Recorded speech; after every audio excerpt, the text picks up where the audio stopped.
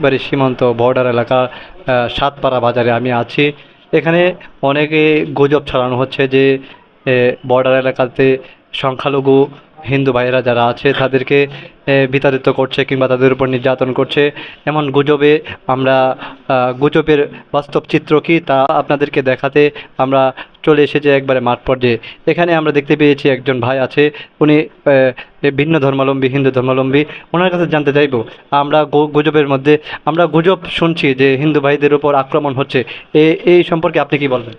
এ সম্পর্কে এখন তো বর্তমান সরকার চেঞ্জ হয়েছে, যার বিশেষ করে আছে অনেক হিন্দুরা আছে ভয়তে, আর বিশেষ করে আছে সরকার রদবদল হয়েছে, মনে করেছে যে আমরা থাকতে পারবো কি না পারবো। তো এখানে আমি অনেক ভালো আছি আর কি। আমরা বিভিন্ন মিডিয়াতে, বিশেষ করে ইন্ডিয়ান মিডিয়াতে যেভাবে গুজব ছড়ানো হচ্ছে সে সম্পর্কে আপনি একজন হিন্দু মানুষ হয়ে কি বলবেন?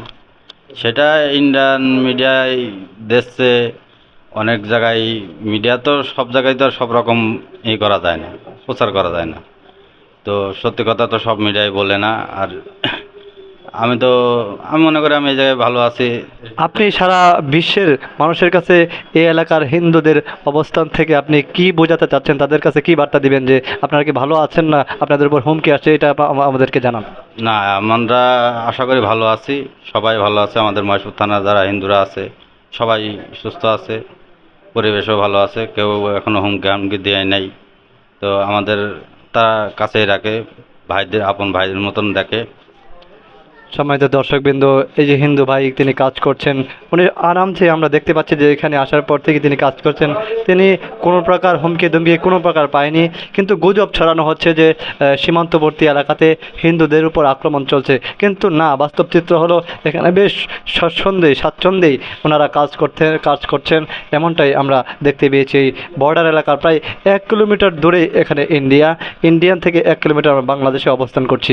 এখানে শান্তিতেই আছেন হিন্দু ভাইয়েরা, সংখ্যালঘু যারা আছেন সবাই শান্তিতে আছেন, এমনটাই আমরা দেখতে পেয়েছি। যারা গুজব ছড়াচ্ছেন তাদেরকে একসময় আইনের আওতায় আনা হবে। আপনারা গুজব থেকে বিরত থাকবেন।